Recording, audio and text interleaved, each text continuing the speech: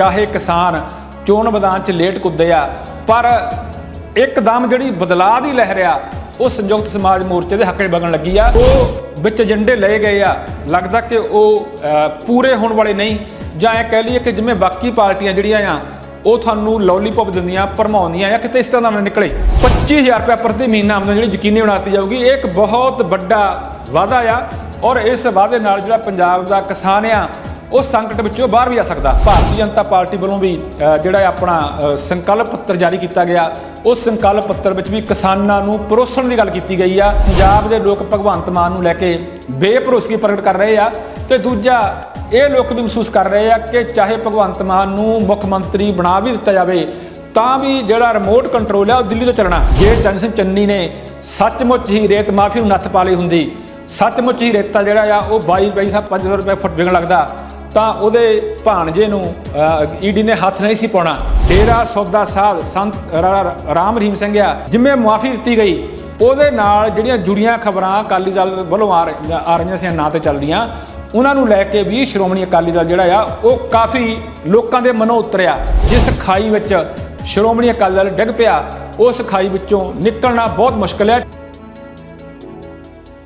ਦਾ ਖਾਲਸ TV ਦੇ ਬਹੁਤ ਚਰਚਿਤ show ਖਾਲਸ special ਵਿੱਚ ਤੁਹਾਨੂੰ ਜੀ ਆਇਆਂ, ਸਵਾਗਤ, ਵੈਲਕਮ। ਹੋਸਟ ਕਮਲਜੀਤ ਸਿੰਘ ਬਣਵੈਦ ਦੀ ਸਤਿ ਸ੍ਰੀ ਅਕਾਲ। ਸੰਯੁਕਤ ਸਮਾਜ ਮੋਰਚੇ ਨੇ ਚਾਹੇ ਚੋਣਾਂ ਵਿੱਚ ਪੈਰ ਦੇਰ ਨਾ ਧਰਿਆ, ਪਰ ਜਿਹੜਾ ਇੱਕ ਕੱਲ ਉਹਨਾਂ ਵੱਲੋਂ ਇਕਰਾਰਨਾਮਾ ਚੋਣ ਮੈਨੀਫੈਸਟੋ ਜਾਰੀ ਕੀਤਾ ਗਿਆ ਉਹਨੂੰ ਲੈ ਕੇ ਕਾਫੀ ਚਰਚਾ ਸ਼ੁਰੂ ਹੋ ਗਈ ਆ। ਵੈਸੇ ਤਾਂ ਜਦੋਂ ਆਪਾਂ ਓਪਰੀ ਨਜ਼ਰ ਮਾਰਦੇ ਹਾਂ ਤਾਂ ਇੰਝ ਲੱਗਦਾ ਕਿ ਇਹ ਚੋਣ ਮੈਨੀਫੈਸਟੋ ਜਾਂ ਇਕਰਾਰਨਾਮਾ ਇੱਕ ਸ਼ਗੂਫਾ ਹੋ ਸਕਦਾ ਹੈ। ਜੋ ਵਿੱਚ ਏਜੰਡੇ ਲਏ ਗਏ ਆ ਲੱਗਦਾ ਕਿ ਉਹ ਪੂਰੇ ਹੋਣ ਵਾਲੇ ਨਹੀਂ, ਜਾਂ ਇਹ ਕਹਿ ਲਈਏ ਕਿ ਜਿਵੇਂ ਬਾਕੀ ਪਾਰਟੀਆਂ ਜਿਹੜੀਆਂ ਆ ਉਹ ਤੁਹਾਨੂੰ ਲੌਲੀਪੌਪ ਦਿੰਦੀਆਂ ਭਰਮਾਉਂਦੀਆਂ ਜਾਂ ਕਿਤੇ ਇਸ ਤਰ੍ਹਾਂ ਦਾ ਨਾ ਨਿਕਲੇ। ਪਰ ਇੰਝ ਲੱਗਦਾ ਕਿ ਕਿਸਾਨਾਂ ਨੇ ਜਿੰਨੀ ਕੁ ਦਿਆਨਤਦਾਰੀ ਨਾਲ ਅੰਦੋਲਨ ਆਪਣਾ ਨਿਭਾਇਆ, ਜਿਵੇਂ ਦਿੱਲੀ ਜਾ ਕੇ ਫਤਿਹ ਕੀਤੀ ਆ ਪ੍ਰਾਪਤ, ਉਸ ਤੋਂ ਇਹ ਲੱਗਦਾ ਕਿ ਇਹ ਜਿਹੜਾ ਚੋਣ ਮੈਨੀਫੈਸਟੋ ਆ ਇਹ ਸੱਚਮੁੱਚ ਹੀ ਜਿਹੜਾ ਆ ਤੁਹਾਡੀਆਂ ਆਸਾਂ ਤੇ ਖਰਾ ਉਤਰ ਸਕਦਾ ਹੈ। ਪਰ ਸਭ ਤੋਂ ਇੱਕ ਵੱਡੀ ਗੱਲ ਉਹਨੇ ਕੀਤੀ ਆ ਇਹ ਕਿ ਚੋਣ ਮੈਨੀਫੈਸਟੋ ਵਿੱਚ ਇਕਰਾਰਨਾਮੇ ਵਿੱਚ ਕਿਹਾ ਗਿਆ ਕਿ ਕੋਈ 25,000 ਦੇ ਕਰੀਬ ਹਰ ਪਰਿਵਾਰ, ਕਿਸਾਨ ਪਰਿਵਾਰ ਦੀ ਜਿਹੜੀ ਇਨਕਮ ਆ ਉਹ ਪ੍ਰਤੀ ਮਹੀਨਾ ਯਕੀਨੀ ਬਣਾਈ ਜਾਏਗੀ। ਤੁਹਾਡੇ ਮਨ 'ਚ ਨਿਰਸਨ ਦੇ ਇਹ ਸਵਾਲ ਉੱਠਦਾ ਹੋਣਾ ਕਿ ਇਹ ਕਿਵੇਂ ਹੋ ਸਕਦਾ, ਪਰ ਜੇ ਆਪਾਂ ਅੰਕੜਿਆਂ ਨਾਲ ਗੱਲ ਕਰੀਏ ਤਾਂ ਇਹ ਕਿ ਇਹ ਕੋਈ ਬਹੁਤਾ ਪੋਸੀਬਲ ਜਿਹੜਾ ਇੰਪੋਸੀਬਲ ਨਹੀਂ ਹੈ, ਬੜੀ ਪੋਸੀਬਲ ਜੀ ਗੱਲ ਆ ਇਹ। ਅੰਕੜੇ ਦੱਸਦੇ ਆ ਕਿ ਦੇਸ਼ ਦੇ ਕਾਰਪੋਰੇਟ ਘਰਾਣੇ ਨੂੰ 48 ਲੱਖ ਕਰੋੜ ਰੁਪਏ ਦੀ ਸਬਸਿਡੀ ਦਿੱਤੀ ਜਾ ਰਹੀ ਆ। ਜੇ ਇਹ ਸਬਸਿਡੀ ਬੰਦ ਕਰਤੀ ਜਾਵੇ ਤੇ ਨਾਲ ਹੀ ਟੈਕਸ ਜਿਹੜਾ ਆ ਜਿਹਦੀ ਚੋਰੀ ਹੋ ਰਹੀ ਆ ਉਹ ਰੋਕ ਲਿਆ ਜਾਵੇ ਤਾਂ ਵੀ ਲੱਖਾਂ ਕਰੋੜਾਂ ਰੁਪਏ ਦਾ ਜਿਹੜਾ ਖਜ਼ਾਨਾ ਰੁਪਈਆ ਆ ਉਹ ਖਜ਼ਾਨੇ 'ਚ ਆ ਸਕਦਾ। ਸੋ ਖਜ਼ਾਨਾ ਭਰਨ ਦੇ ਕਿਸਾਨਾਂ ਨੇ ਤਰੀਕੇ ਲੱਭੇ ਆ ਤੇ ਉਸ ਖਜ਼ਾਨੇ ਵਿੱਚੋਂ ਹੀ ਜਿਹੜੀ 25,000 ਰੁਪਇਆ ਪ੍ਰਤੀ ਪਰਿਵਾਰ ਇਨਕਮ ਆ ਉਹ ਯਕੀਨੀ ਬਣਾਉਣ ਦਾ ਭਰੋਸਾ ਦਿੱਤਾ, ਦਾਅਵਾ ਕੀਤਾ। ਇੱਕ ਗੱਲ ਹੋਰ ਪੱਕੀ ਗੱਲ ਇਹ ਕਿ ਜੇ ਕਿਸਾਨ ਇਹ ਮੰਨ ਲਈਏ ਕਿ ਜਿਹੜੀ ਇਨਕਮ ਆ ਪਰਿਵਾਰਾਂ ਦੀ ਉਹ ਪੱਕੀ ਕਰ ਦਿੱਤੀ ਜਾਂਦੀ ਆ ਤਾਂ ਕਿਸਾਨਾਂ ਨੂੰ ਨਾ ਤਾਂ ਲੋੜ ਪਵੇਗੀ ਸੁਈਸਾਈਡ ਕਰਨ ਦੀ, ਨਾ ਕਿਸਾਨਾਂ ਨੂੰ ਲੋੜ ਪਊਗੀ ਮੁੜ ਕੇ ਦਿੱਲੀ ਦੀਆਂ ਬਰੂਹਾਂ ਜਾ ਕੇ ਧਰਨੇ ਦੇਣ ਦੀ, ਤੇ ਨਾ ਹੀ ਕਿਸਾਨਾਂ ਦੇ ਮਨਾਂ ਵਿੱਚ ਉਹ ਹਿਰਖ ਰਹੇਗਾ ਕਿ ਮੁਲਾਜ਼ਮ ਮੀਂਹ ਜਾਵੇ, ਹਨੇਰੀ ਜਾਵੇ, ਉਹਨਾਂ ਦੀ ਜਿਹੜੀ ਮਹੀਨੇ ਦੇ ਅੰਤ ਵਿੱਚ ਆ ਜਾਂ ਪਹਿਲੀ ਤਰੀਕ ਨੂੰ ਤਨਖਾਹ ਡਿੱਗ ਪੈਂਦੀ ਆ। ਦੂਜੇ ਬੰਨੇ ਕਿਸਾਨ ਜਿਹੜਾ ਉਹ ਸਰਦੀ ਰੁੱਤ ਵਿੱਚ, ਗਰਮ ਰੁੱਤ ਵਿੱਚ 24-24 ਘੰਟੇ ਖੇਤਾਂ 'ਚ ਕੰਮ ਕਰਦਾ ਤੇ ਸੱਪਾਂ ਦੀਆਂ ਸਿਰੀਆਂ ਮਿੰਦੀਆਂ ਮਿੱਥਦਾ, ਪਰ ਫਿਰ ਵੀ ਉਹਦੇ ਪੱਲੇ ਜਿਹੜਾ ਆ ਕੋਈ ਪੱਕਾ ਨਹੀਂ ਹੁੰਦਾ ਕਿ ਕੀ ਪੈਣਾ। ਅੰਕੜੇ ਦੱਸਦੇ ਆ ਕਿ ਦੇਸ਼ ਦੇ 45% ਮੁਲਾਜ਼ਮਾਂ ਨੂੰ 9700 ਔਸਤ ਜਿਹੜੀ ਤਨਖਾਹ ਮਿਲ ਰਹੀ ਆ। ਦੂਜੇ ਸ਼ਬਦ 'ਚ ਇਹ ਕਹਿ ਲਈਏ ਕਿ 45% ਮੁਲਾਜ਼ਮ 9700 ਰੁਪਏ ਤੋਂ ਵੱਧ ਤਨਖਾਹ ਨਹੀਂ ਲੈ ਰਹੇ। ਸੋ ਜੇ ਕਿਸਾਨਾਂ ਨੂੰ 25,000 ਰੁਪਏ ਦੀ ਜਿਹੜੀ ਇਨਕਮ ਆ ਉਹ ਯਕੀਨੀ ਬਣਾ ਦਿੱਤੀ ਜਾਵੇ ਤਾਂ ਇਹਦਾ ਮਤਲਬ ਇਹ ਹੋਇਆ ਕਿ ਆਮ ਮੁਲਾਜ਼ਮ ਨਾਲੋਂ ਜਿਹੜੀ ਅਰਨਿੰਗ ਆ ਕਿਸਾਨ ਪਰਿਵਾਰ ਦੀ ਉਹ 3 ਗੁਣਾ ਹੋ ਜਾਏਗੀ। ਸੋ ਇਹ 3 ਗੁਣਾ ਜਿਹੜੀ ਆਮਦਨ ਹੋਵੇਗੀ। ਇੱਕ ਤਾਂ ਇਹ ਕਿ ਸ਼ਹਿਰਾਂ ਦੇ ਮੁਕਾਬਲੇ ਪਿੰਡਾਂ ਵਿੱਚ ਜਿਹੜਾ ਜੀਵਨ ਨਿਰਵਾਹ ਕਰਨਾ ਇਸ ਪੈਸੇ ਨਾਲ ਉਹ ਜ਼ਿਆਦਾ ਵਧੇਰੇ ਸੌਖਾ ਆ, ਆਸਾਨ ਆ, ਕਿਉਂਕਿ ਉੱਥੇ ਜਿਹੜੇ ਆ ਤੁਹਾਡੇ ਮਕਾਨ ਦੇ ਕਿਰਾਏ ਦੇ ਖਰਚੇ ਜਾਂ ਜਿਹੜੇ ਵਾਹਨਾਂ ਦਾ ਜਿਹੜਾ ਤੇਲ ਡੀਜ਼ਲ ਆ ਉਹ ਜਿਹੜਾ ਸਾਰਾ ਭਾਰ ਆ ਉਹ ਘੱਟ ਰਹਿੰਦਾ। ਅਗਲੀ ਗੱਲ ਇਹ ਕਿ ਇਸ ਜਿਹੜਾ 25,000 ਰੁਪਈਆ ਇਹ ਜ਼ਰੂਰੀ ਨਹੀਂ ਹੈ ਕਿ ਕੋਈ ਜਿਹੜਾ ਆ ਨਗਦ ਦੇ ਰੂਪ ਵਿੱਚ ਕਿਸਾਨਾਂ ਨੂੰ ਦਿੱਤਾ ਜਾਊਗਾ, ਪਰ ਕਿਸਾਨਾਂ ਤੇ ਜਿਹੜਾ ਪੈ ਰਿਹਾ ਬੋਝ, ਬੇਲੋੜਾ ਬੋਝ, ਫਾਰ ਐਗਜ਼ਾਮਪਲ ਜੇ ਉਹਨਾਂ ਨੂੰ ਮਹਿੰਗੇ ਭਾਅ ਜਿਹੜੀ ਆ ਖਾਦ ਖਰੀਦਣੀ ਪੈ ਰਹੀ ਆ, ਮਹਿੰਗੇ ਭਾਅ ਬੀਜ ਮੁੱਲ ਲੈਣੇ ਪੈ ਰਹੇ ਆ, ਔਰ ਉਹ ਵੀ ਇਹ ਹੁੰਦਾ ਕਿ ਨਕਲੀ ਹੁੰਦੇ ਆ। ਇਸ ਤੋਂ ਵੀ ਅੱਗੇ ਆਪਾਂ ਚੱਲ ਜਾਈਏ, ਉਹਨਾਂ ਦਾ ਜਿਹੜਾ ਇਲਾਜ ਆ ਉਹਨੂੰ ਫ੍ਰੀ ਯਕੀਨੀ ਬਣਾ ਦਿੱਤਾ ਜਾਵੇ, ਜਾਂ ਉਹਨਾਂ ਦੇ ਬੱਚਿਆਂ ਦੀ ਜਿਹੜੀ ਫੀਸ ਆ ਉਹ ਜਿਹੜੀ ਚੁੱਕ ਲਵੇ ਸਰਕਾਰ, ਜਾਂ ਆਪਾਂ ਇਹ ਕਹਿ ਲਈਏ ਕਿ ਜਿਹੜੇ ਫੀਸਾਂ ਆ ਉਹਨਾਂ ਦੇ ਲਗਾਮ ਕੱਸਤਾ ਜਾਵੇ। ਇਸ ਤਰ੍ਹਾਂ ਕੁੱਲ ਮਿਲਾ ਕੇ ਜਿਹੜਾ 25,000 ਰੁਪਏ ਪ੍ਰਤੀ ਮਹੀਨਾ ਆਮਦਨ ਆ ਉਹ ਕਿਸਾਨ ਪਰਿਵਾਰਾਂ ਦੀ ਯਕੀਨੀ ਬਣਾਈ ਜਾਊਗੀ। ਔਰ ਇਹ ਗੱਲ ਇਹ ਵਿੱਚ ਲੌਜਿਕ ਲੱਗਦਾ, ਇੰਜ ਨਹੀਂ ਹੈ ਕਿ ਇਹ ਗੱਲ ਪਿੱਛੇ ਕੋਈ ਜਿਹੜਾ ਉਹਨਾਂ ਕੋਲੇ ਕੋਈ ਸਾਧਨ ਨਹੀਂ ਹੈ, ਜਾਂ ਉਹਨਾਂ ਨੇ ਗੱਲ ਜਿਹੜੀ ਆ ਉਹ ਬਿਨਾਂ ਪੈਰਾਂ ਤੋਂ ਕਰਤੀ। ਸੋ ਇਹ ਜਿਹੜਾ ਕਿਸਾਨਾਂ ਦਾ ਇੱਕ ਸਭ ਤੋਂ ਵੱਡਾ ਵਾਅਦਾ ਕਿ ਕਿਸਾਨ ਪਰਿਵਾਰਾਂ ਨੂੰ 25,000 ਰੁਪਏ ਪ੍ਰਤੀ ਮਹੀਨਾ ਆਮਦਨ ਜਿਹੜੀ ਯਕੀਨੀ ਬਣਾਤੀ ਜਾਊਗੀ, ਇਹ ਇੱਕ ਬਹੁਤ ਵੱਡਾ ਵਾਅਦਾ ਆ। ਔਰ ਇਸ ਵਾਅਦੇ ਨਾਲ ਜਿਹੜਾ ਪੰਜਾਬ ਦਾ ਕਿਸਾਨ ਆ ਉਹ ਸੰਕਟ ਵਿੱਚੋਂ ਬਾਹਰ ਵੀ ਆ ਸਕਦਾ। ਦੋ ਜਿਹੜੀਆਂ ਹੋਰ ਵੱਡੀਆਂ ਗੱਲਾਂ ਉਹਨੇ ਕੀਤੀਆਂ, ਇੱਕ ਤਾਂ ਇਹ ਕਿ ਵਾਹਗਾ ਬਾਰਡਰ ਤੋਂ ਵਪਾਰ ਖੁੱਲ੍ਹਤਾ ਜਾਊਗਾ। ਸੋ ਜੇ ਮੈਨੂੰ ਇੰਝ ਲੱਗਦਾ ਕਿ ਜੇ ਪੰਜਾਬ ਨੂੰ ਤਰੱਕੀ ਤੇ ਰਾਹ ਤੋਰਨਾ ਹੋਵੇ, ਜਾਂ ਜਿਹੜਾ ਪੰਜਾਬ ਦਾ ਕਿਸਾਨ ਆ ਉਹ ਆਪਣੀ ਫਸਲ ਜਿਹੜੀ ਆ ਮੰਡੀ ਵਿੱਚ ਸੁੱਟ ਕੇ ਆਉਂਦਾ, ਜੇ ਫਸਲ ਨੂੰ ਸੁੱਟ ਕੇ ਆਉਣ ਤੋਂ ਰੋਕਣਾ ਹੋਵੇ ਤਾਂ ਜੇ ਤੁਹਾਡਾ ਜਿਹੜਾ ਬਾਰਡਰ ਤੋਂ ਵਪਾਰ ਖੁੱਲ੍ਹ ਜਾਏ, ਆਪਾਂ ਕਹੀਏ ਕਿ ਸੜਕੀ ਰਸਤੇ ਰਾਹੀਂ, ਤਾਂ ਕਿਸਾਨਾਂ ਦੀ ਆਮਦਨ ਜਿਹੜੀ ਆ ਜਾਂ ਉਹਨਾਂ ਕੋਲੇ ਜਿਹੜਾ ਆਪਣੇ ਹੋਰ ਜਿਹੜੇ ਸਾਧਨ ਆ ਉਹ ਜਿਹੜਾ ਜਟਾਉਣ ਦਾ ਮੌਕਾ ਮਿਲ ਜਾਵੇਗਾ। ਤੇ ਇੱਥੇ ਵੀ ਦੱਸਦਾ ਕਿ ਜੇ ਇਹ ਕੁਝ ਦੋ ਤਿੰਨ ਜਿਹੜੀਆਂ ਗੱਲਾਂ ਉਹਨਾਂ ਨੇ ਕਹੀਆਂ, ਤਾਂ ਇਹਦਾ ਮਤਲਬ ਇਹ ਹੋ ਜਾਏਗਾ ਕਿ ਜਿਹੜਾ ਘਰ ਘਰ ਰੁਜ਼ਗਾਰ ਦਿੰਦੇ ਸਰਕਾਰ ਵਾਅਦੇ ਕਰਦੀ ਆ, ਘੱਟੋ ਘੱਟ ਕਾਂਗਰਸ ਨੇ ਪਿਛਲੇ ਮੈਨੀਫੈਸਟੋ 'ਚ ਬਹੁਤ ਵੱਡਾ ਵਾਅਦਾ ਕੀਤਾ ਸੀਗਾ, ਉਹ ਵਾਅਦਾ ਵੀ ਪਗਾਉਣ ਦੀ ਲੋੜ ਨਹੀਂ ਰਹਿ ਜਾਂਦੀ। ਕਿਉਂਕਿ ਜੇ ਤੁਸੀਂ ਰੁਜ਼ਗਾਰ ਮੰਗਦੇ ਹੋ ਤਾਂ ਰੁਜ਼ਗਾਰ ਨਾਲ ਵੀ ਤੁਸੀਂ ਇਹੀ ਚਾਹੁੰਦੇ ਹੋ ਨਾ ਕਿ ਤੁਹਾਡੀ ਪ੍ਰਤੀ ਮਹੀਨਾ ਇਨਕਮ ਸ਼ੁਰੂ ਹੋ ਜਾਏ। ਪਰ ਜੇ ਕਿਸਾਨ ਤੁਹਾਡੇ ਪਰਿਵਾਰ ਲਈ 25,000 ਰੁਪਏ ਪ੍ਰਤੀ ਮਹੀਨਾ ਇਨਕਮ ਪੱਕੀ ਕਰ ਦਿੰਦੇ ਆ, ਤਾਂ ਤੁਹਾਨੂੰ ਰੁਜ਼ਗਾਰ ਲਈ ਘਰ ਘਰ ਭਟਕਣ ਦੀ ਲੋੜ ਨਹੀਂ ਰਹਿ ਜਾਂਦੀ। ਇੱਕ ਹੋਰ ਜਿਹੜੀ ਵੱਡੀ ਗੱਲ ਉਹਨੇ ਇਹ ਕੀਤੀ ਆ ਕਿ ਉਹਨਾਂ ਨੇ ਪੰਜਾਬ ਨੂੰ ਪ੍ਰਦੂਸ਼ਣ ਮੁਕਤ, ਜਾਂ ਜਿਹੜਾ ਪਾਣੀ ਦਾ ਸੰਕਟ ਆ, ਪਾਣੀ ਧਰਤੀ ਦੇ ਹੇਠਾਂ ਜਾ ਰਿਹਾ, ਉਹਦੇ ਉੱਤੇ ਵੀ ਜਿਹੜੀ ਨੱਥ ਪਾਉਣ ਦੀ ਗੱਲ ਕੀਤੀ ਆ। ਵੈਸੇ ਤਾਂ ਸਿਆਸੀ ਪਾਰਟੀਆਂ ਹੁਣ ਤੱਕ ਪ੍ਰਦੂਸ਼ਣ ਫੈਲਾਉਂਦੀਆਂ ਆ ਰਹੀਆਂ, ਚਾਹੇ ਉਹ ਰਾਜਨੀਤਿਕ ਪ੍ਰਦੂਸ਼ਣ ਹੋਵੇ ਜਾਂ ਹੋਰ ਤਰ੍ਹਾਂ ਦਾ ਪ੍ਰਦੂਸ਼ਣ ਹੋਵੇ, ਪਰ ਜਿਹੜੀ ਕਿਸਾਨਾਂ ਨੇ ਇੱਕ ਇਹ ਪ੍ਰਦੂਸ਼ਣ ਨੂੰ ਹੁੰਝਾ ਫਿਰਨ ਦੀ ਗੱਲ ਕੀਤੀ ਆ, ਇਹ ਦੂਜੀ ਪਾਰਟੀਆਂ ਨਾਲੋਂ ਬਹੁਤ ਹਟਵੀਂ ਆ। ਵੈਸੇ ਤਾਂ ਭਾਰਤੀ ਜਨਤਾ ਪਾਰਟੀ ਵੱਲੋਂ ਵੀ ਜਿਹੜਾ ਆਪਣਾ ਸੰਕਲਪ ਪੱਤਰ ਜਾਰੀ ਕੀਤਾ ਗਿਆ, ਉਸ ਸੰਕਲਪ ਪੱਤਰ ਵਿੱਚ ਵੀ ਕਿਸਾਨਾਂ ਨੂੰ ਪਰੋਸਣ ਦੀ ਗੱਲ ਕੀਤੀ ਗਈ ਆ। ਪਰ ਕਿਉਂਕਿ ਅਸੀਂ ਭਾਰਤੀ ਜਨਤਾ ਪਾਰਟੀ, ਕਾਂਗਰਸ ਪਾਰਟੀ ਜਾਂ ਸ਼੍ਰੋਮਣੀ ਅਕਾਲੀ ਦਲ ਨੂੰ ਵਰਤ ਚੁੱਕੇ ਹਾਂ, ਹਾਲੇ ਤੱਕ ਸੰਯੁਕਤ ਸਮਾਜ ਮੋਰਚੇ ਨਾਲ ਅਸੀਂ ਵਰਤ ਕੇ ਨਹੀਂ ਦੇਖਿਆ। ਅਸੀਂ ਸੰਯੁਕਤ ਸਮਾਜ ਮੋਰਚੇ ਦੇ ਮੈਨੀਫੈਸਟੋ ਉੱਤੇ ਅਗਲੀਆਂ ਚੋਣਾਂ ਵੇਲੇ ਉਹਨਾਂ ਨੂੰ ਸਵਾਲ ਖੜੇ ਕਰਨ ਦੇ ਕਾਬਲ ਹੋਵਾਂਗੇ, ਜਾਂ ਅਸੀਂ ਇਸ ਚੋਣ ਮੈਨੀਫੈਸਟੋ ਨੂੰ ਸ਼ਗੂਫਾ ਕਹਿ ਸਕਾਂਗੇ ਜੇ ਇਹਦੇ ਵਿੱਚ ਦੇ ਜਿਹੜੇ ਏਜੰਡਾ ਆ ਉਹ ਪੂਰੇ ਨਾ ਕੀਤੇ ਗਏ। ਪਰ ਇਹਦੇ ਉਲਟ ਜਿਹੜੀਆਂ ਦੂਜੀਆਂ ਸਿਆਸੀ ਪਾਰਟੀਆਂ ਜਿਨ੍ਹਾਂ ਦਾ ਮੈਂ ਨਾਂ ਲਿਆ, ਉਹਨਾਂ ਵੱਲੋਂ ਚੋਣ ਮੈਨੀਫੈਸਟੋ ਦੇ ਵਿਚਲੇ ਵਾਅਦੇ ਜਿਹੜੇ ਆ ਉਹ ਪੂਰੇ ਨਹੀਂ ਕੀਤੇ ਗਏ। ਇਸ ਕਰਕੇ ਜਿਹੜੇ ਇਹਨਾਂ ਪਾਰਟੀਆਂ ਦੇ ਚੋਣ ਮੈਨੀਫੈਸਟੋ ਆ, ਆਪਾਂ ਉਹਨਾਂ ਨੂੰ ਸ਼ਗੂਫਾ ਵੀ ਕਹਿ ਸਕਾਂਗੇ, ਆਪਾਂ ਉਹਨਾਂ ਤੇ ਕਿੰਤੂ ਪ੍ਰੰਤੂ ਵੀ ਕਰ ਸਕਦੇ ਹਾਂ ਕਿ ਸਾਡਾ ਇਹ ਹੱਕ ਵੀ ਬਣਦਾ ਆ ਕਿ ਜਦੋਂ ਇਹ ਦੂਜੀਆਂ ਤਿੰਨ ਪਾਰਟੀਆਂ ਜਿਹੜੀਆਂ ਆ ਚੋਣ ਪ੍ਰਚਾਰ ਲਈ ਆਉਂਦੀਆਂ, ਤਾਂ ਅਸੀਂ ਉਹਨਾਂ ਮੋਹਰੇ ਸਵਾਲ ਖੜੇ ਕਰੀਏ, ਉਹਨਾਂ ਦੀ ਬਾਂਹ ਮਰੋੜੀਏ। ਵੈਸੇ ਅਜਿਹਾ ਕੁਝ ਜਿਹੜਾ ਆ ਉਹ ਹੋਣ ਵੀ ਲੱਗ ਪਿਆ। ਲੰਘੇ ਕੱਲ ਸਰਜੀਤ ਕੁਮਾਰ ਗਿਆਨੀ ਜਿਹੜੇ ਸਿਹਤ ਮੰਤਰੀ ਰਹੇ ਅਕਾਲੀ ਭਾਜਪਾ ਸਰਕਾਰ ਵੇਲੇ, ਉਹਨਾਂ ਨੂੰ ਜਦੋਂ ਕਿਸਾਨਾਂ ਨੇ ਸਵਾਲ ਪੁੱਛੇ ਤਾਂ ਉੱਥੇ ਚਾਹੇ ਜਿਹੜਾ ਆ ਆਪਾਂ ਕਹਿ ਲਈਏ ਕਿ ਲੜਾਈ ਝਗੜਾ ਸ਼ੁਰੂ ਹੋ ਗਿਆ, ਤੂੰ ਮੈਂ ਸ਼ੁਰੂ ਹੋ ਗਈ, ਤਕਰਾਰ ਸ਼ੁਰੂ ਹੋ ਗਿਆ, ਪਰ ਕਿਸਾਨਾਂ ਨੇ ਸਵਾਲ ਖੜੇ ਕਰਕੇ ਆਪਣੀ ਹੋਂਦ ਜਤਾਉਣੀ ਸ਼ੁਰੂ ਕਰਤੀ ਆ। ਇਸ ਤੋਂ ਬਿਨਾਂ ਹਰਗੋਬਿੰਦਪੁਰ ਸਾਹਿਬ ਦੀ ਜਿਹੜੀ ਘਟਨਾ ਵਾਪਰੀ, ਉਹਦੇ ਵਿੱਚ ਵੀ ਉੱਥੋਂ ਦੇ ਇੱਕ ਉਮੀਦਵਾਰ ਨੂੰ ਇੱਕੋ ਇੱਕ ਕਿਸਾਨ ਨੇ ਪਿੰਡੋਂ ਬਾਹਰ ਮੋੜਤਾ, ਉਹ ਇਹ ਕਿਹਾ ਕਿ ਮੁੜ ਕੇ ਤੂੰ ਬਣੀ ਨਾ। ਸੋ ਜਿਹੜਾ ਇਸ ਵੇਲੇ ਜਿਵੇਂ ਮੈਂ ਪਹਿਲਾਂ ਕਿਹਾ ਕਿ ਸਾਡਾ ਜਿਹੜਾ ਅਧਿਕਾਰ ਬਣਦਾ ਕਿ ਜਿਹੜੀਆਂ ਪਾਰਟੀਆਂ ਚੋਣ ਮੈਨੀਫੈਸਟੋ ਸਾਡੇ ਸਾਹਮਣੇ ਲਿਆ ਕੇ ਉਹ ਤੇ ਖਰੀਆਂ ਨਹੀਂ ਉਤਰੀਆਂ, ਉਹਨਾਂ ਨੂੰ ਸਵਾਲ ਖੜੇ ਕਰੀਏ।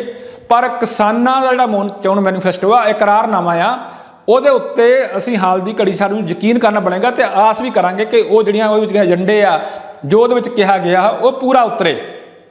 ਪਰ ਇੱਥੇ ਮੈਂ ਇੱਕ ਹੋਰ ਗੱਲ ਜਿਹੜੀ ਦੱਸਦਾ ਇਹ ਕਿ ਚਾਹੇ ਕਿਸਾਨ ਚੋਣ ਮੈਦਾਨ 'ਚ ਲੇਟ ਕੁੱਦੇ ਆ, ਪਰ ਇੱਕਦਮ ਜਿਹੜੀ ਬਦਲਾਅ ਦੀ ਲਹਿਰ ਆ ਉਹ ਸੰਯੁਕਤ ਸਮਾਜ ਮੋਰਚੇ ਦੇ ਹੱਕ 'ਚ ਵਗਣ ਲੱਗੀ ਆ। ਵੱਡੇ ਗਿਣਤੀ ਜਿਹੜੀਆਂ ਸਾਨੂੰ ਵੱਖ-ਵੱਖ ਥਾਵਾਂ ਤੋਂ ਸੂਚਨਾਵਾਂ ਮਿਲਦੀਆਂ, ਉਹਦੇ ਵਿੱਚ ਇਹ ਕਿ ਚਾਹੇ ਕਿਸਾਨ ਵੱਡੀ ਗਿਣਤੀ ਪਰਿਵਾਰਾਂ ਕੋਲ ਹਲੇ ਸੰਪਰਕ ਨਹੀਂ ਕਰ ਸਕੇ, ਪਰ ਇਹਨਾਂ ਪਰਿਵਾਰਾਂ ਨੇ ਆਪਣੇ ਆਪ ਹੀ ਮਨ ਬਣਾ ਲਿਆ ਕਿ ਕਿਸਾਨਾਂ ਨੂੰ ਇੱਕ ਮੌਕਾ ਦੇਣਾ ਚਾਹੀਦਾ। ਕਿਤੇ ਨਾ ਕਿਤੇ ਜਿਹੜੇ ਪੰਜਾਬ ਦੇ ਪਰਿਵਾਰ ਆ, ਜਿਨ੍ਹਾਂ 'ਚ ਵਿਸ਼ੇਸ਼ ਕਰਕੇ ਕਿਸਾਨ ਕਹਿ ਸਕਦੇ ਹਾਂ, ਉਹਨਾਂ ਦੀ ਇੱਕ ਤਰ੍ਹਾਂ ਨਾਲ ਹਮਦਰਦੀ ਆ ਕਿ ਸਵਾ ਸਾਲ ਦਿੱਲੀ ਦੀਆਂ ਬਰੂਹਾਂ ਤੇ ਮੀਂਹ ਵਿੱਚ ਹਨੇਰੀ ਵਿੱਚ ਹੱਡ ਚੀਰਵੀਂ ਠੰਡ ਵਿੱਚ ਜਿਹੜੇ ਡਟੇ ਰਹੇ ਆ ਉਹਨਾਂ ਨੂੰ ਇੱਕ ਮੌਕਾ ਦੇਣਾ ਚਾਹੀਦਾ। ਸੋ ਇਹ ਜਿਹੜੀ ਇੱਕ ਨਵੀਂ ਤਰ੍ਹਾਂ ਦੀ ਹਵਾ ਵਗਣ ਲੱਗੀ ਆ। ਦੂਜਾ ਗੱਲ ਇਹ ਕਿ ਪੰਜਾਬ ਦਾ ਜਿਹੜਾ ਲੋਕ ਆ, ਜਿਹੜੀ ਪੰਜਾਬ ਦੀ ਜਨਤਾ ਆ, ਪੰਜਾਬ ਦੇ ਵੋਟਰ ਆ, ਉਹ ਬਦਲਾਅ ਚਾਹੁੰਦੇ ਆ। ਤੇ ਜੇ ਤੁਸੀਂ ਕਾਂਗਰਸ ਜਾਂ ਅਕਾਲੀਆਂ ਤੋਂ ਬਦਲਾਅ ਚਾਹੁੰਦੇ ਹੋ ਤਾਂ ਤੁਹਾਡੇ ਕੋਲੇ, ਜਾਂ ਭਾਰਤੀ ਜਨਤਾ ਪਾਰਟੀ ਵੀ ਸ਼ਾਮਲ ਕਰਦੇ ਆ, ਤਾਂ ਤੁਹਾਡੇ ਕੋਲੇ ਦੋ ਹੀ ਅਲਟਰਨੇਟਿਵ ਰਹਿ ਜਾਂਦੇ ਆ, ਜਾਂ ਤਾਂ ਆਮ ਆਦਮੀ ਪਾਰਟੀ ਤੇ ਜਾਂ ਕਿਸਾਨ ਸੰਯੁਕਤ ਸਮਾਜ ਮੋਰਚਾ। ਸੋ ਇਸ ਵੇਲੇ ਜੋ ਚੋਣ ਸਰਵੇ ਕਹਿ ਰਹੇ ਆ ਉਹ ਤਾਂ ਇਸ ਵੇਲੇ ਆਮ ਆਦਮੀ ਪਾਰਟੀ ਜਾਂ ਕਾਂਗਰਸ ਨੂੰ 1-2 ਨੰਬਰ ਤੇ ਰੱਖ ਰਹੇ ਆ। ਸ਼੍ਰੋਮਣੀ ਅਕਾਲੀ ਦਲ ਤੀਜੇ ਤੇ ਆ ਰਿਹਾ। ਭਾਰਤੀ ਜਨਤਾ ਪਾਰਟੀ ਜਾਂ ਸੰਯੁਕਤ ਸਮਾਜ ਮੋਰਚੇ ਨੂੰ ਹਾਲੇ ਕਿਸੇ ਵੀ ਥਾਂ ਦੇਖਿਆ ਨਹੀਂ ਜਾ ਰਿਹਾ। ਪਰ ਪਿਛਲੇ ਦਿਨਾਂ ਦੌਰਾਨ ਜਿਹੜੀ ਇੱਕ ਹਨੇਰੀ ਵਗੀ ਆ ਉਹਦੇ ਨਾਲ ਇੰਝ ਲੱਗਦਾ ਕਿ ਜਿਹੜੀ ਬਦਲਾਅ ਦੀ ਵੋਟ ਆ ਉਹ ਆਮ ਆਦਮੀ ਪਾਰਟੀ ਨਾਲੋਂ ਕਿਸਾਨਾਂ ਦੇ ਹੱਕ ਵਿੱਚ ਜਿਹੜੀ ਆ ਉਹ ਵਧੇਰੇ ਭੁਗਤਣ ਲੱਗੀ ਆ, ਕਿਉਂਕਿ ਵੱਡੀ ਗਿਣਤੀ ਜਿਹੜੇ ਲੋਕ ਆ ਮਹਿਸੂਸ ਕਰਨ ਲੱਗੇ ਆ ਕਿ ਪੰਜਾਬ ਨੂੰ ਦਿੱਲੀ ਮਾਡਲ ਨਹੀਂ ਚਾਹੀਦਾ। ਸੋ ਇਸ ਹਾਲਤ ਵਿੱਚ ਜੋ ਕਿਸਾਨਾਂ ਨੇ ਚੋਣ ਮੈਨੀਫੈਸਟੋ ਵਿੱਚ ਸਾਨੂੰ ਦਿੱਤਾ ਉਹ ਬਿਲਕੁਲ ਪ੍ਰਭਾਵਿਤ ਕਰਨ ਵਾਲਾ ਆ। ਔਰ ਸਾਨੂੰ ਹਾਲ ਦੀ ਘੜੀ ਆਪਾਂ ਇਹ ਕਹਿ ਸਕਦੇ ਹਾਂ ਕਿ ਉਹ 'ਤੇ ਸਵਾਲ ਖੜੇ ਕਰਨੇ ਨਹੀਂ ਚਾਹੀਦੇ। ਅਸੀਂ ਇਹ ਆਸ ਰੱਖੀਏ ਕਿ ਜਿਵੇਂ ਸਿਆਸੀ ਪਾਰਟੀਆਂ ਨਾਲੋਂ ਅਲੱਗ ਹੋ ਕੇ ਸਿਆਸੀ ਪਾਰਟੀਆਂ ਨਾਲੋਂ ਇੱਕ ਵੱਖਰੀ ਭੂਮਿਕਾ ਇਹਨਾਂ ਨੇ ਦਿੱਲੀ ਦੀਆਂ ਬਰੂਹਾਂ 'ਤੇ ਨਿਭਾਈ ਆ, ਉਹੋ ਜਿਹੀ ਇੱਕ ਸਬਰ ਨਾਲ, ਦ੍ਰਿੜਤਾ ਨਾਲ, ਦਿਆਨਦਾਰੀ ਨਾਲ ਜਿਹੜੀ ਭੂਮਿਕਾ ਆ ਉਹ ਪੰਜਾਬ ਵਿੱਚ ਨਿਭਾਉਣ, ਤਾਂ ਕਿ ਪੰਜਾਬ ਜਿਹੜਾ ਆ ਉਹ ਸੰਕਟ ਵਿੱਚੋਂ ਨਿਕਲ ਸਕੇ। ਸੋ ਗੱਲ ਆਪਾਂ ਬਦਲਾਅ ਦੀ ਕੀਤੀ ਆ। ਇਹ ਵੀ ਕਿਹਾ ਜਾਣ ਲੱਗਾ ਕਿ ਭਗਵੰਤ ਮਾਨ ਨੂੰ ਜਦੋਂ ਦਾ ਸੀਐਮ ਦਾ ਚਿਹਰਾ ਐਲਾਨੇ ਆ ਉਸ ਤੋਂ ਬਾਅਦ ਆਮ ਆਦਮੀ ਪਾਰਟੀ ਦੇ ਹੱਕ ਵਿੱਚ ਹਵਾ ਜ਼ਰੂਰ ਵਗਣ ਲੱਗੀ ਆ, ਪਰ ਕਿਤੇ ਨਾ ਕਿਤੇ ਪੰਜਾਬ ਦੇ ਲੋਕ ਭਗਵੰਤ ਮਾਨ ਨੂੰ ਲੈ ਕੇ ਬੇਭਰੋਸਗੀ ਪ੍ਰਗਟ ਕਰ ਰਹੇ ਆ। ਤੇ ਦੂਜਾ ਇਹ ਲੋਕ ਵੀ ਮਹਿਸੂਸ ਕਰ ਰਹੇ ਆ ਕਿ ਚਾਹੇ ਭਗਵੰਤ ਮਾਨ ਨੂੰ ਮੁੱਖ ਮੰਤਰੀ ਬਣਾ ਵੀ ਦਿੱਤਾ ਜਾਵੇ ਤਾਂ ਵੀ ਜਿਹੜਾ ਰਿਮੋਟ ਕੰਟਰੋਲ ਆ ਉਹ ਦਿੱਲੀ ਤੋਂ ਚੱਲਣਾ। ਆਪਾਂ ਪਿਛਲੇ ਸਾਲਾਂ ਦੇ ਇਤਿਹਾਸ ਤੇ ਝਾਤ ਮਾਰ ਲਈਏ ਕਿ ਭਗਵੰਤ ਮਾਨ ਨੂੰ ਉੱਠਣ ਨਹੀਂ ਦਿੱਤਾ ਗਿਆ। ਰਾਘਵ ਚੱਡਾ ਤੇ ਜਰਨੈਲ ਸਿੰਘ ਹੀ ਜਿਹੜਾ ਆ ਉਹ ਹਰ ਤਰ੍ਹਾਂ ਦੀਆਂ ਪ੍ਰੈਸ ਕਾਨਫਰੰਸਾਂ ਕਰਦੇ ਰਹੇ ਆ। ਹੋਰ ਤਾਂ ਹੋਰ ਆਪਾਂ ਕਹਿ ਲਈਏ ਕਿ ਕਿਸੇ ਵੀ MLA ਨੂੰ ਜਿਹੜਾ ਆਮ ਆਦਮੀ ਪਾਰਟੀ ਦਾ, ਉਹਨੂੰ ਇਹ ਅਧਿਕਾਰ ਨਹੀਂ ਸੀ ਕਿ ਉਹ ਆਪਣੇ ਲੈਵਲ ਤੇ ਕੋਈ ਬਿਆਨ ਦੇ ਸਕਦਾ, ਆਪਣੇ ਲੈਵਲ ਤੇ ਕੋਈ ਫੈਸਲਾ ਲੈ ਸਕਦਾ, ਆਪਣੇ ਲੈਵਲ ਤੇ ਕੋਈ ਪ੍ਰੈਸ ਕਾਨਫਰੰਸ ਕਰ ਸਕਦਾ। ਸੋ ਇਹ ਜਿਹੜਾ ਸਾਰਾ ਕੁਝ ਹੈ ਲੋਕ ਮਹਿਸੂਸ ਕਰਦੇ ਆ। ਪਰ ਅਗਲੇ ਨਾਲ ਹੀ ਗੱਲ 'ਚ ਆਪਾਂ ਕਰ ਲਈਏ, ਚੰਦ ਸਿੰਘ ਚੰਨੀ ਨੂੰ ਵੀ ਮੁੱਖ ਮੰਤਰੀ ਚਿਹਰਾ ਐਲਾਨ ਕੀਤਾ ਗਿਆ, ਤਾਂ ਮੁੱਖ ਮੰਤਰੀ ਚੰਦ ਸਿੰਘ ਚੰਨੀ ਬਾਰੇ ਵੀ ਇਹ ਆਪਾਂ ਕਹਿ ਦਈਏ ਕਿ ਇਹਦੇ ਨਾਲ ਚਾਹੇ ਇੱਕ ਵਿਸ਼ੇਸ਼ ਭਾਈਚਾਰੇ ਨੂੰ, ਇੱਕ ਵਿਸ਼ੇਸ਼ ਵਰਗ ਨੂੰ ਪ੍ਰਭਾਵਿਤ ਕਰਨ ਦੀ ਕੋਸ਼ਿਸ਼ ਕੀਤੀ ਗਈ ਆ, ਜਾਂ ਆਪਾਂ ਇਹ ਕਹਿ ਲਈਏ ਕਿ ਇਹ ਕਿਹਾ ਜਾਂਦਾ ਜਿਵੇਂ ਕਿ ਚੰਦ ਸਿੰਘ ਚੰਨੀ ਇੱਕ ਵਿਸ਼ੇਸ਼ ਵਰਗ ਦੀ 20% ਵੋਟ ਜਿਹੜੀ ਜੇਬ 'ਚ ਪਾ ਕੇ ਨਿਕਲਦੇ ਆ। ਪਰ ਇੰਝ ਲੱਗਦਾ ਕਿ ਇਹ ਜਿਹੜੀ 20% ਵੋਟ ਆ ਇਹ 20 ਬੋਝੇ ਵਿੱਚ ਰਹੇ, ਇਹ ਕੋਈ ਜ਼ਰੂਰੀ ਨਹੀਂ ਹੈਗਾ। ਸੋ ਦੂਜੀ ਗੱਲ ਇਹ ਕਿ ਇਹ ਗੱਲ ਵੀ ਇੱਕ ਕਹਿ ਦੇਣੀ ਚਾਹੀਦੀ ਆ ਕਿ ਕਿਉਂਕਿ ਪੰਜਾਬ ਦੇ ਲੋਕ ਬਦਲਾਅ ਚਾਹੁੰਦੇ ਆ, ਜੇ ਚੰਦ ਸਿੰਘ ਚੰਨੀ ਦੀ ਥਾਂ ਤੇ ਨਵਜੋਤ ਸਿੰਘ ਸਿੱਧੂ ਨੂੰ ਸੀਐਮ ਦਾ ਚਿਹਰਾ ਬਣਾ ਦਿੱਤਾ ਜਾਂਦਾ ਤਾਂ ਸ਼ਾਇਦ ਪੰਜਾਬ ਦੇ ਲੋਕ ਜਿਹੜਾ ਬਦਲ ਚਾਹੁੰਦੇ ਆ ਉਹ ਨਵਜੋਤ ਸਿੰਘ ਸਿੱਧੂ ਵਿੱਚੋਂ ਬਦਲ ਦਿਸਣ ਲੱਗ ਪੈਂਦਾ। ਆਪਾਂ 111 ਦਿਨਾਂ ਦੀ ਚੰਦ ਸਿੰਘ ਚੰਨੀ ਦੀ ਕਾਰਗੁਜ਼ਾਰੀ ਦੇਖ ਲਈਏ ਤਾਂ ਉਹਦੇ ਵਿੱਚ ਬੜੇ ਵਾਅਦੇ ਕੀਤੇ ਗਏ ਆ, ਦਾਅਵੇ ਕੀਤੇ ਗਏ ਆ, ਪਰ ਜੇ ਆਪਾਂ ਸਰੀਤ ਚੱਲ ਜਾਈਏ ਤਾਂ ਉਹਦੇ ਵਿੱਚ ਪੂਰ ਬਹੁਤ ਘੱਟ ਚੜਿਆ। ਜੇ ਚੰਦ ਸਿੰਘ ਚੰਨੀ ਨੇ ਸੱਚਮੁੱਚ ਹੀ ਰੇਤ ਮਾਫੀ ਨੂੰ ਨੱਥ ਪਾ ਲਈ ਹੁੰਦੀ, ਸੱਚਮੁੱਚ ਹੀ ਰੇਤਾ ਜਿਹੜਾ ਆ ਉਹ 22 ਰੁਪਏ 500 ਰੁਪਏ ਫੁੱਟ ਵਿਕਣ ਲੱਗਦਾ, ਤਾਂ ਉਹਦੇ ਭਾਣਜੇ ਨੂੰ ਈਡੀ ਨੇ ਹੱਥ ਨਹੀਂ ਸੀ ਪਾਉਣਾ। ਜਾਂ ਆਪਾਂ ਹੋਰ ਕਹਿ ਲਈਏ ਕਿ ਜਿਹੜਾ ਇੰਨਾ ਕੁਝ ਮੁਲਾਜ਼ਮ ਜਿਹੜੇ ਆ ਉਹਨਾਂ ਦੇ ਐਡੇ ਹੋਲਡਿੰਗ ਲਾਏ ਗਏ ਕਿ ਮੰਗਾ ਮੰਨ ਲਈਆਂ ਤਾਂ ਮੁਲਾਜ਼ਮਾਂ ਨੂੰ ਡਾਂਗਾ ਨਹੀਂ ਸੀ ਖਾਣੀਆਂ ਪੈਣੀਆਂ, ਮੁਲਾਜ਼ਮਾਂ ਨੂੰ ਪੁਲਿਸ ਦੇ ਹੱਥੋਂ ਬੇਪਤ ਨਹੀਂ ਸੀ ਹੋਣਾ ਪੈਣਾ। ਸੋ ਇੱਕ ਜਿਹੜੀ ਇਹ ਆਪਾਂ ਕਹਿ ਲਈਏ ਕਿ ਟੋਟਲ ਵਰਤਾਰਾ ਇਹ ਕਿ ਦੂਜਾ ਇਹ ਕਿ ਸ਼੍ਰੋਮਣੀ ਅਕਾਲੀ ਦਲ ਜਿਹੜਾ ਆ ਉਹ ਵੀ ਰਵਾਇਤੀ ਪਾਰਟੀਆਂ ਸ਼ਾਮਲ ਹੁੰਦਾ ਤੇ ਸ਼੍ਰੋਮਣੀ ਅਕਾਲੀ ਦਲ ਨਾਲ ਲੋਕਾਂ ਦੀ ਦੂਰੀ ਕਾਫੀ ਬਣ ਚੁੱਕੀ ਆ। ਹੈਰਾਨੀ ਦੀ ਗੱਲ ਇਹ ਆ ਕਿ ਪੰਥਕ ਏਜੰਡੇ ਨੂੰ ਲੈ ਕੇ ਸ਼੍ਰੋਮਣੀ ਅਕਾਲੀ ਦਲ ਤੁਰਿਆ ਸੀਗਾ, ਪਿਛਲੇ ਸਮੇਂ 'ਚ ਪੰਥਕ ਏਜੰਡੇ ਨਾਲ ਟੁੱਟ ਗਿਆ। ਜਦੋਂ ਹੁਣ ਸੁਖਬੀਰ ਸਿੰਘ ਬਾਦਲ ਨੂੰ ਇਹ ਪਤਾ ਲੱਗਣ ਲੱਗਾ ਕਿ ਪੰਥਕ ਏਜੰਡਾ ਉਹਨਾਂ ਦੇ ਹੱਥੋਂ ਖਿਸ ਗਿਆ ਜਾਂ ਵੋਟਰ ਪਹਿਲਾਂ ਦੀ ਤਰ੍ਹਾਂ ਨੂੰ ਹਮਾਇਤ ਨਹੀਂ ਦੇ ਰਹੇ, ਤਾਂ ਉਹਨਾਂ ਨੇ ਸਾਰੇ ਕੁਝ ਦਾ ਮੰਥਨ ਕਿਉਂ ਨਹੀਂ ਕੀਤਾ ਜਾਂ ਅਜਿਹਾ ਕਦਮ ਕਿਉਂ ਨਹੀਂ ਚੱਕੇ ਕਿ ਪੰਥ ਨੂੰ ਮੁੜ ਕੇ ਨਾਲ ਜੋੜਿਆ ਜਾ ਸਕੇ। ਆਪਾਂ ਕੱਲ੍ਹ ਵੀ ਗੱਲ ਕੀਤੀ ਸੀ ਕਿ ਬਲਵੰਤ ਸਿੰਘ ਰਾਜੋਵਾਣੀ ਦੀ ਅਪੀਲ ਜਾਂ ਜਿਹੜਾ ਮੁੜ ਪੰਥਕ ਏਜੰਡੇ ਨੂੰ ਅਪਣਾਉਣ ਦੀ ਕੋਸ਼ਿਸ਼ ਜ਼ਰੂਰ ਕਰ ਰਹੇ ਆ, ਪਰ ਕੋਈ ਠੋਸ ਕਦਮ ਨਹੀਂ ਚੁੱਕਿਆ ਗਿਆ। ਆਪਾਂ ਨੂੰ ਇਹ ਮੰਨਣਾ ਪਵੇਗਾ ਕਿ ਸ਼੍ਰੋਮਣੀ ਅਕਾਲੀ ਦਲ ਸ੍ਰੀ ਗੁਰੂ ਗ੍ਰੰਥ ਸਾਹਿਬ ਜੀ ਦੀ ਬੇਅਦਬੀ ਦੀਆਂ ਘਟਨਾਵਾਂ ਨੂੰ ਲੈ ਕੇ ਬੁਰੀ ਤਰ੍ਹਾਂ ਬਦਨਾਮ ਹੋਇਆ। ਰੇਤ ਮਾਫੀਆ ਸਮੇਤ ਜਿਹੜਾ ਦੂਜਾ ਸਾਰਾ ਨਸ਼ਾ ਮਾਫੀਆ ਆ ਉਹਦੀ ਇਨਵੋਲਵਮੈਂਟ ਜਿਹੜੀ ਆ ਚਾਹੇ ਕਥਿਤ ਤੌਰ ਤੇ ਸਹੀ ਉਹਨੂੰ ਲੈ ਕੇ ਜਿਹੜੀ ਆ ਇਹਨਾਂ ਦੀ ਇੱਕ ਜਿਹੜਾ ਪਹਿਲਾਂ ਵਾਲਾ ਵਿਸ਼ਵਾਸ ਆ ਉਹ ਤਿੜਕਿਆ। ਫਿਰ ਉਹ ਤੋਂ ਅਗਲੀ ਗੱਲ ਇਹ ਕਿ ਡੇਰਾ ਸੌਦਾ ਸਾਧ ਸੰਤ ਰਾਮ ਰਹੀਮ ਸਿੰਘ ਆ ਉਹਨੂੰ ਜਿਵੇਂ ਮੁਆਫੀ ਦਿੱਤੀ ਗਈ, ਜਿਵੇਂ ਉਹਨੇ ਸਵਾਂਗ ਰਚਾਇਆ, ਉਹਦੇ ਨਾਲ ਜਿਹੜੀਆਂ ਜੁੜੀਆਂ ਖਬਰਾਂ ਅਕਾਲੀ ਦਲ ਵੱਲੋਂ ਆ ਰਹੀਆਂ ਸੀ ਨਾਂ ਤੇ ਚੱਲਦੀਆਂ, ਉਹਨਾਂ ਨੂੰ ਲੈ ਕੇ ਵੀ ਸ਼੍ਰੋਮਣੀ ਅਕਾਲੀ ਦਲ ਜਿਹੜਾ ਆ ਉਹ ਕਾਫੀ ਲੋਕਾਂ ਦੇ ਮਨੋਂ ਉਤਰਿਆ। ਲੋਕਾਂ ਦੇ ਮਨਾਂ ਤੇ ਮੁੜ ਚੜ੍ਹਨ ਲਈ ਜਾਂ ਵੋਟਾਂ ਦਾ ਭਰੋਸਾ ਮੁੜ ਜਿੱਤਣ ਲਈ ਅਕਾਲੀ ਦਲ ਵੱਲੋਂ ਕੋਈ ਅਜਿਹਾ ਯਤਨ ਨਹੀਂ ਕੀਤਾ ਗਿਆ। ਤੇ ਹੁਣ ਆਪਾਂ ਇਹ ਕਹਿ ਲਈਏ ਕਿ ਜਿਸ ਖਾਈ ਵਿੱਚ ਸ਼੍ਰੋਮਣੀ ਅਕਾਲੀ ਦਲ ਡਿੱਗ ਪਿਆ ਉਸ ਖਾਈ ਵਿੱਚੋਂ ਨਿਕਲਣਾ ਬਹੁਤ ਮੁਸ਼ਕਿਲ ਹੈ। ਚਾਹੇ ਸੁਖਬੀਰ ਸਿੰਘ ਬਾਦਲ ਨੇ ਕੱਲ੍ਹ ਕਿਹਾ ਸੀਗਾ ਕਿ ਉਹ ਪਿਛਲੇ 3 ਮਹੀਨਿਆਂ ਤੋਂ ਆਪਣੇ ਘਰ ਨਹੀਂ ਬੜੇ, ਉਹਨਾਂ ਨੇ 6 ਮਹੀਨੇ ਵੈਸੇ ਤਾਂ ਆਪਣੇ ਘਰ ਸੌਂ ਕੇ ਨਹੀਂ ਦੇਖਿਆ, ਪਰ ਕੀ ਸਿਰਫ ਵੱਡੇ ਵੱਡੇ ਬਿਆਨ ਦੇਣ ਨਾਲ ਜਾਂ ਲੋਕਾਂ ਦੀ ਆਲੋਚਨਾ ਕਰਨਾ ਵੋਟਾਂ ਮਿਲ ਜਾਣਗੀਆਂ? ਨਹੀਂ।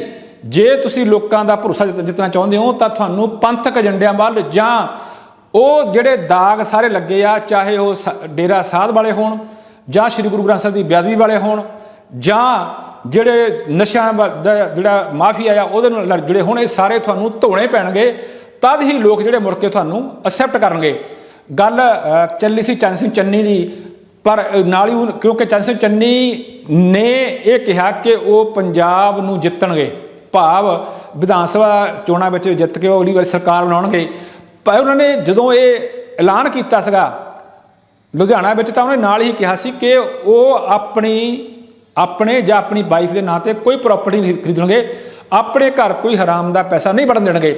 ਪਰ ਇੱਥੇ ਕਈ ਤਰ੍ਹਾਂ ਦੇ ਜਿਹੜੇ ਮੈਸੇਜ ਆਉਣ ਲੱਗੇ ਆ ਸੋਸ਼ਲ ਮੀਡੀਆ ਉੱਤੇ, ਜਿਹਦੇ ਵਿੱਚ ਇਹ ਕਿਹਾ ਗਿਆ ਕਿ ਆਪਣੇ ਨਾਂ ਤੇ ਜਾਂ ਆਪਣੀ ਵਾਈਫ ਦੇ ਨਾਂ ਤੇ ਪ੍ਰਾਪਰਟੀ ਖਰੀਦਣ ਦੀ ਲੋੜ ਹੀ ਕੀ ਆ ਜਦੋਂ ਭਾਣਜੇ ਭਤੀਜੇ ਹੈਗੇ ਆ ਇਹ ਕੰਮ ਕਰਨ ਲਈ। ਸੋ ਜਿਹੜੀ ਇੱਕ ਇਹ ਹੈ ਕਿ ਉਹਨਾਂ ਦਾ ਭਾਣਜਾ ਭੁਪਿੰਦਰ ਸਿੰਘ ਹਨੀ ਫੜਿਆ ਗਿਆ, ਉਹ ਪੁਲਿਸ ਦੀ ਕਸਟਡੀ ਵਿੱਚ ਆ, ਪੁਲਿਸ ਉਹਨੂੰ ਗ੍ਰਿਲ ਕਰ ਰਹੀ ਆ।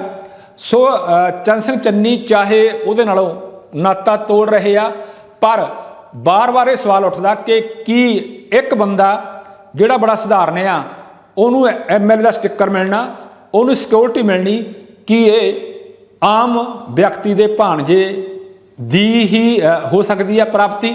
ਨਹੀਂ। ਇਹਦੇ ਪਿੱਛੇ ਜਿਹੜਾ ਆ ਚੰਨ ਸਿੰਘ ਚੰਨੀ ਦੀ ਕੋਈ ਨਾ ਕੋਈ ਇਨਵੋਲਵਮੈਂਟ ਜਾਂ ਸਰਪ੍ਰਸਤੀ ਜਾਂ ਆਪਾਂ ਕਹਿ ਲਈਏ ਕਿ ਜਿਹੜਾ ਉਹਨਾਂ ਦਾ ਹੱਥ ਆ ਉੱਤੇ ਜ਼ਰੂਰ ਹੋਊਗਾ। ਪਰ ਕੱਲ ਜਦੋਂ ਭੁਪਿੰਦਰ ਸਿੰਘ ਹਨੀ ਨੂੰ ਅਦਾਲਤ ਵਿੱਚ ਪੇਸ਼ ਕੀਤਾ ਜਲੰਧਰ, ਤਾਂ ਉੱਥੇ ਜਿਹੜਾ ਬਚਾਅ ਪੱਖ ਦਾ ਵਕੀਲ ਆ, ਹਨੀ ਦਾ ਵਕੀਲ ਆ, ਉਹਨੇ ਕਿਹਾ ਕਿ ਭੁਪਿੰਦਰ ਸਿੰਘ ਅੰਗਰੇਜ਼ੀ ਨਹੀਂ ਜਾਣਦਾ ਤੇ ਜਿਹੜੇ ED ਨੇ ਸਾਈਨ ਕਰਵਾਏ ਆ ਉਹ ਪੇਪਰ ਤੇ ਇੰਗਲਿਸ਼ ਲਿਖੀ ਹੋਈ ਆ। ਇਹਦਾ ਮਤਲਬ ਇਹ ਆ ਕਿ ਜੋ ਕੁਝ ਵੀ ਲਿਖਿਆ ਗਿਆ ਉਹ ਹਨੀ ਦੀ ਸਲਾਹ ਤੋਂ ਬਿਨਾਂ ਲਿਖਿਆ ਗਿਆ ਤੇ ਉਦੋਂ ਜਬਰੀ ਸਾਈਨ ਕਰਾ ਲਏ ਗਏ ਆ। ਵੈਸੇ ਤਾਂ ਇੱਥੇ ਕੋਈ ਦੱਸਦਾ ਕਿ ਤੁਹਾਡੇ ਕੋਲੇ ਇਹ ਸਹੂਲਤ ਹੁੰਦੀ ਆ ਜਾਂ ਹਮੇਸ਼ਾ ਤੁਸੀਂ ਇਹ ਦਾਅ ਤੇ ਰਹਿੰਦੇ ਹੋ ਕਿ ਜਦੋਂ ਤੁਹਾਡਾ ਪੁਲਿਸ ਰਿਮਾਂਡ ਖਤਮ ਹੋ ਗਿਆ, ਤੁਸੀਂ ਜੁਡੀਸ਼ੀਅਲ ਰਿਮਾਂਡ ਤੇ ਜੇਲ੍ਹ ਚਲੇ ਗਏ, ਤਾਂ ਉੱਥੇ ਜਾ ਕੇ ਤੁਸੀਂ ਮੁੱਕਰ ਸਕਦੇ ਹੋ 164 ਦੇ ਬਿਆਨਾਂ ਤੋਂ, ਭਾਵ ਇਹ ਕਿ ਪੁਲਿਸ ਨੇ ਸਾਡੇ ਕੋਲੋਂ ਧੱਕੇ ਨਾਲ ਕਹਾਇਆ। ਸੋ ਇਹ ਚੰਨ ਸਿੰਘ ਚੰਨੀ ਦੇ ਭਾਣਜੇ ਕੋਲੇ ਹਰ ਵੇਲੇ ਜਿਹੜਾ ਇੱਕ ਮੌਕਾ ਆ ਇਹ ਬਣਿਆ ਰਹੇਗਾ। ਤੇ ਹੁਣ ਜਿਹੜੀ ਆ ਇੱਕ ਹੋਰ ਵੱਡੀ ਗੱਲ ਮੇਰੀ ਕਰਨ ਨੂੰ ਜਿਹੜਾ ਬੜਾ ਜ਼ਰੂਰੀ ਸਮਝਦਾ ਹਾਂ ਇਹ ਕਿ ਚੰਨ ਸਿੰਘ ਚੰਨੀ ਦੇ ਭਾਣਜੇ ਨੇ, ਜਿਵੇਂ ਪੁਲਿਸ ਕਲੇਮ ਕਰ ਰਹੀ ਆ ਕਿ ਮੰਨਿਆ ਕਿ 10 ਕਰੋੜ ਰੁਪਏ ਜਿਹੜੇ ਆ ਉਹ ਜਾਂ ਤਾਂ ਉਹਨੂੰ ਰੇਤ ਮਾਫੀਆ ਨੇ ਦਿੱਤੇ ਆ ਜਾਂ ਫਿਰ ਬਦਲੀਆਂ ਕਰਾਉਣ ਤੋਂ ਮਿਲੇ ਆ। ਜਿਹੜਾ ਸਵਾਲ ਬਾਰ-ਬਾਰ ਮੈਨੂੰ ਹੁੱਜਾ ਮਾਰ ਰਿਹਾ ਉਹ ਇਹ ਕਿ ਜੇ ਚੰਨ ਸਿੰਘ ਚੰਨੀ ਦਾ ਭਾਣਜਾ ਭੁਪਿੰਦਰ ਹਨੀ ED ਨੂੰ ਇਹ ਦੱਸ ਚੁੱਕਾ ਕਿ ਉਹਨੂੰ ਪੈਸੇ ਇਹਨਾਂ ਸਰੋਤਾਂ ਤੋਂ ਆਏ ਆ, ਤਾਂ ਕਿ ED ਨੂੰ ਹੁਣ ਇਸ ਵੇਲੇ ਜਿਹੜੀਆਂ ਬਰੀਕਾਂ ਲਾਉਣੀਆਂ ਚਾਹੀਦੀਆਂ ਪੁੱਛਗਿੱਛ ਤੋਂ। ਚਾਹੀਦਾ ਤਾਂ ਇਹ ਆ ਕਿ ਜਿਹੜੇ ਲੋਕਾਂ ਦੇ ਉਹਨੇ ਨਾਂ ਲਏ ਆ, ਜਿਹੜੇ ਅਫਸਰਾਂ ਦੇ ਨਾਂ ਲਏ ਆ, ਮਾਫੀਆ ਤੇ ਇਨਵੋਲਵਮੈਂਟ ਜਿਹੜੇ ਬੰਦੇ ਦੱਸੇ ਆ, ED ਉਹਨਾਂ ਤੱਕ ਪਹੁੰਚ ਕਰੇ, ਉਹਨਾਂ ਨੂੰ ਚੁੱਕੇ, ਉਹਨਾਂ ਨੂੰ ਬੁਲਾਵੇ, ਉਹਨਾਂ ਨੂੰ ਗ੍ਰਿਲ ਕਰੇ।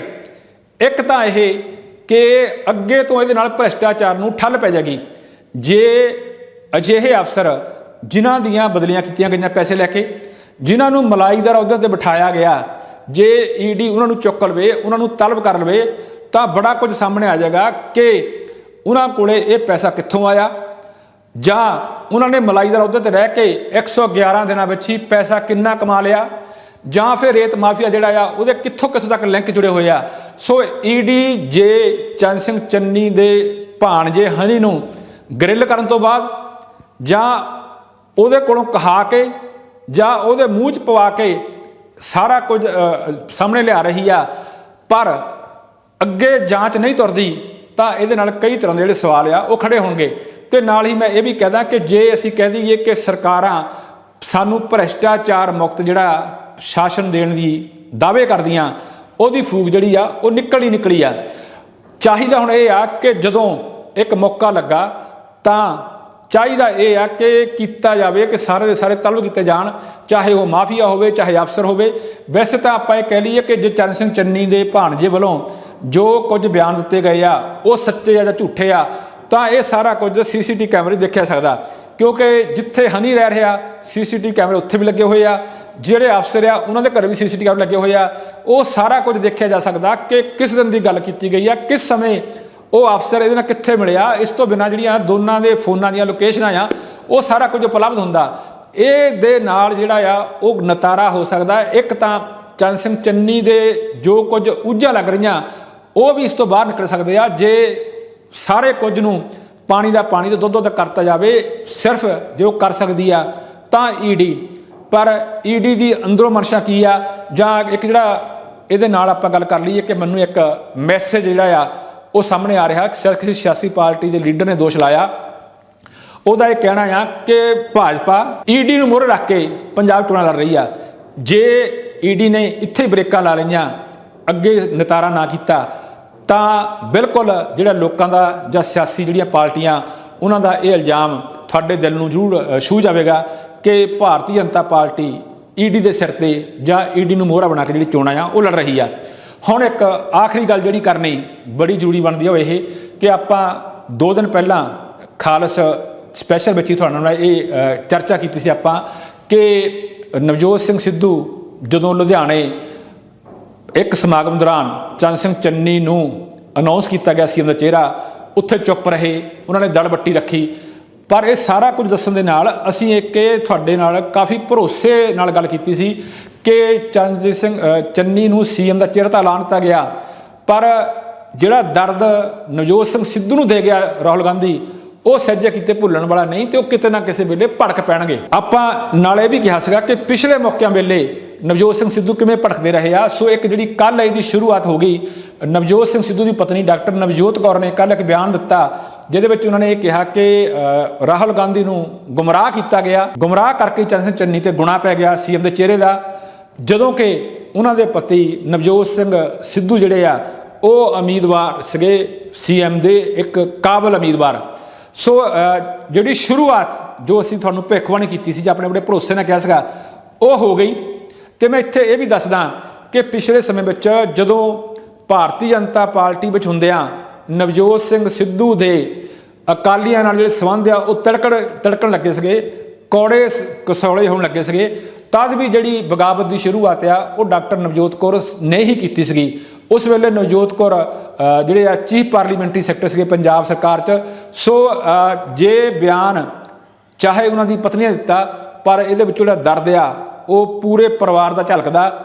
ਨਵਜੋਤ ਸਿੰਘ ਸਿੱਧੂ ਹਾਲੇ ਵੀ ਸਾਨੂੰ ਇੰਝ ਲੱਗਦਾ ਕਿ ਜਿਹੜੀ ਦੜ ਵੱਟੀ ਆ ਉਹਨਾਂ ਦੀ ਜਾਂ ਦੰਦਾਂ ਲਈ ਜੀਭ ਦਿੱਤੀ ਹੋਈ ਆ ਉਹ ਕਿੰਨਾ ਚਿਰ ਦੱਬੀ ਰਹੇ ਇਹ ਪਤਾ ਨਹੀਂ, ਪਰ ਕਿਸੇ ਵੇਲੇ ਵੀ ਜੀਭ ਦੇ ਤਿਲਕਣ ਦੇ ਜਿਹੜੇ ਆ ਉਹ ਸਾਰ ਬਣੇ ਰਹਿਣਗੇ। ਅੱਜ ਦੀ ਜਿਹੜੀ ਖਾਲਸ ਚਰਚਾ ਇਹਦੇ ਵਿੱਚ ਇੰਨਾ ਹੀ ਕਾਫੀ। ਕੱਲ ਨੂੰ ਮਿਲਾਂਗੇ ਇੱਕ ਨਵੇਂ ਵਿਸ਼ੇ ਦੇ ਨਾਲ, ਕੁਝ ਨਵੀਆਂ ਖਬਰਾਂ ਦੀ ਕਰਾਂਗੇ ਚੀਰਫਾੜ। ਤਦ ਤੱਕ ਤੁਸੀਂ ਮੈਨੂੰ ਕਮਲਜੀਤ ਸਿੰਘ ਬਣਵੈਤ ਨੂੰ ਜੋ ਇਜਾਜ਼ਤ। ਸਤਿ ਸ੍ਰੀ ਅਕਾਲ, ਸ਼ੁਕਰੀਆ, ਮਿਹਰਬਾਨੀ।